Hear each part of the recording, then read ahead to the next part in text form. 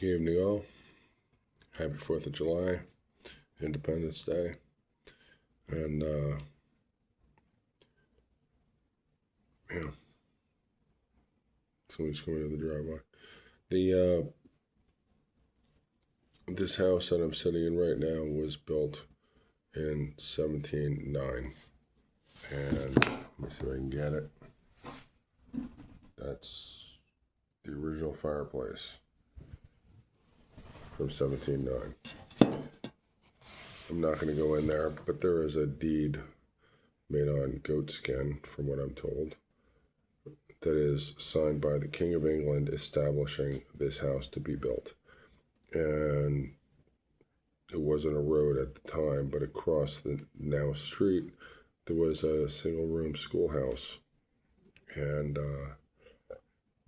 this house was built for the school teacher, and across the street was the school. And taxes were raised. The colonists, the whoever's, they were taxed. And things were being done for the country to make it a country, to make it something. And the school teacher was named, first name Vandola. A later ancestor was Cyrus, but his name was Vandola, and he was the first school teacher, and this became the Vandola farm. And across the street, somewhere along the line, the property got split, and the schoolhouse was on the neighbor's property, and it eventually just kind of fell apart, and it's not there anymore. But since the beginning of time, at the beginning of the colonies, there was taxes, and people were cool with it because roads were built, schools were built, infrastructure was built, and by the 1760s, after the 100 Years' War with France and screwing around with Spain and other things, the coffers, the treasury was kind of empty in England, so they started taxing the shit out of everything and not giving anything back. And about that time, we had already fought the French and Indian War, which was Americans fighting the French and the Indians here without much help from the British. We basically got to the point of taking care of our own problems, and then to fix the financial problems in England, we started getting the crap taxed out of us. And that's where the whole taxation without representation comes from. And that's the Schoolhouse Rock version of why we had a Revolutionary War and we fought England. But there's a lot more to it. The British, under King George, decided we should keep better tabs on people. So he brought a lot of troops over to the United States, to the American colonies at that time. And there was no surveillance, there was no internet, there was no nothing, there was nothing. The only way you could know who was doing what was by putting somebody next to somebody and finding out. So 1,000 troops would come in, and 1,000 troops would get dispersed between individuals' homes. And those British soldiers, not only were you obligated to, house them and feed them, but not question them. So if they were hitting on your 9-year-old daughter, there was really not much recourse. It's okay. Well, that guy's a dirtbag from the dregs of London, and you had to fucking deal with it. So be it. That's the rule, because everything was owned by the king, and you were living in a house that you built that belonged to the king. So they could put troops there. But the real reason why the troops were, all these individual soldiers were in everybody's houses was so that they could report back to their captain as to what was going on in the house. dinner conversations were about how great the king was and how happy they were to have a soldier in their house to keep them safe? Or was it, hey, this is a bunch of fucking bullshit. We're getting taxed out of our noses for everything. And we got this jerk hitting on our 9-year-old daughter. And if you were the second, well, they'd report you to the captain, and the captain would basically put you on a list, and you were somebody to be careful of, and your life got fucked up really fast. And that was one of the grievances put down in the Declaration of Independence. It was 27 grievances. And one of them was putting troops in houses, private homes. Taxation.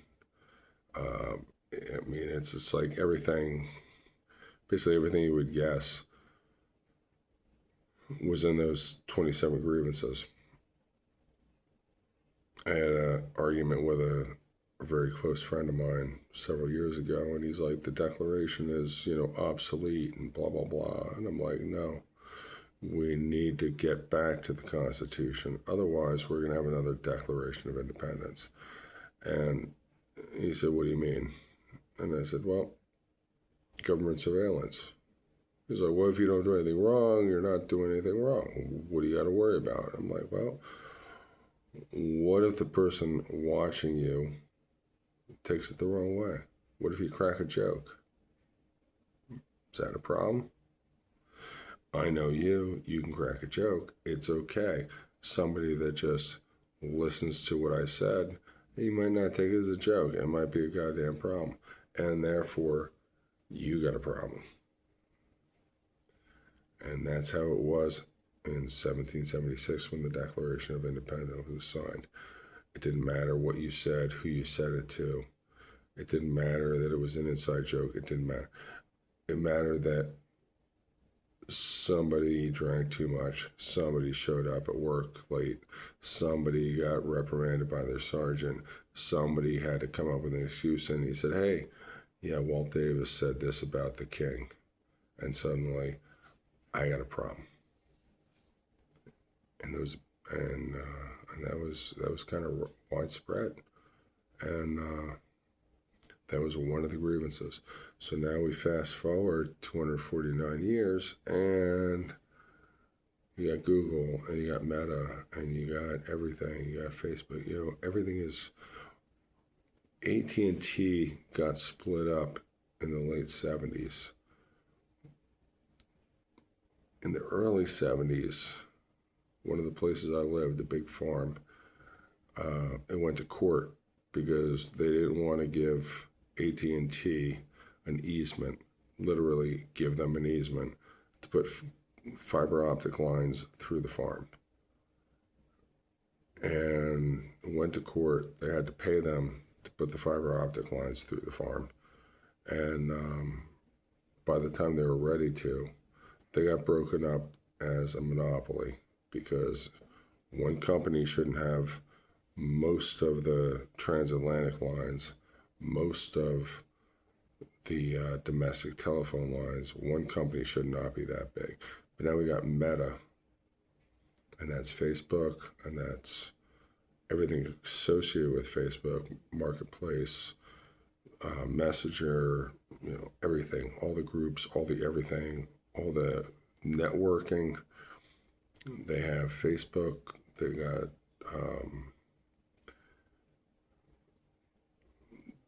YouTube.